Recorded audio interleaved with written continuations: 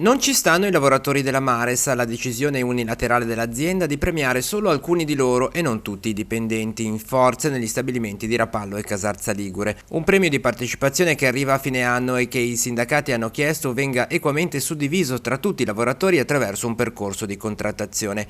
Ma non è solo la questione del premio all'origine della protesta. Al tavolo di contrattazione la RSU aveva avanzato altre richieste, tra cui quella di poter usufruire dello smart working, possibilità che invece è stata negata. Per questo è stata proclamata la giornata di sciopero, 2 ore di astensione per ogni turno, che ha visto anche un primo presidio di protesta davanti allo stabilimento di Rapallo. Gli operai con striscioni e bandiere hanno occupato i cancelli d'ingresso della fabbrica e bloccato il ponte di accesso al sito produttivo. In agitazione anche i dipendenti dello stabilimento di Casarza Ligure. La richiesta, spiega il segretario della FEMCA CISL Alessandro Belloni, è quella di ritornare a sedersi intorno al tavolo per riaprire il confronto sulle varie richieste avanzate.